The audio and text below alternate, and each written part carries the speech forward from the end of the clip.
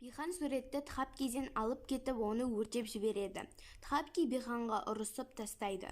Тхапки мен бәрібір шындықты біліп, оны бәріне жайып салам дейді. Бихан маған пан көмектескен болатын дейді. Тхапки сенеді. Тхапки әкесінің суретіне қарап, сені сағындым деп жылап тұрады. Бихан анасына панды алыс жаққа жібердім деп айтады. Тхапки ештеңе білмейтін болады. Сізге уәде берем дейді.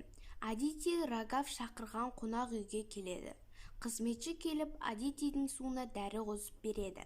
Адити оны ішеді. Адитидің басы ауырып тұрғанда Дивакар келеді. Адитидің кофтасы жыртылып қалады. Дивакар Адитиді суретке түсіріп алады. Дивакар кетіп қалады. Адити жылап жатады. Батке мен Чутке өртеніп кеткен суретті әкеліп барлығына көрсетеді. Бихан мен өртедім дейді. Пандейлер үйіне полиция келіп, Биханды алып кетпек болады. Тхапки оларды тоқтатып, арызымды қайтып аламын дейді. Сосын полиция Тхапкиді тұтқындамақ болады.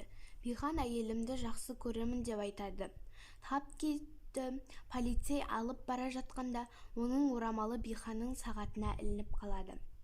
Бихан оны шешеді, сосын қолынан ұстайды. Инспектор менің әйеліме қол тигізген адамның қолын сындырамын дейді. Друвқа анасы келіп, Тхапки өз арызын қайтып алды деп айтады. Друв қиналып кетеді. Анасын Тхапкиге қалай көмектесе алам деп сұрайды. Адити жолда жылап келе жатады. Оны Тхапки таксиде көріп, Адитиге келіп не болды деп сұрайды. Бірақ Адити оған ештеңе айтпайды. Үйге Шратха мен әкесі келеді. Васу ханым оларды барлығымен таныстырады. Ол Шратха мен Друвты үйлендіреміз дейді. Келесі серияда не болғанын білгілеріңіз келсе, осы арнаға лайк басыңыздар.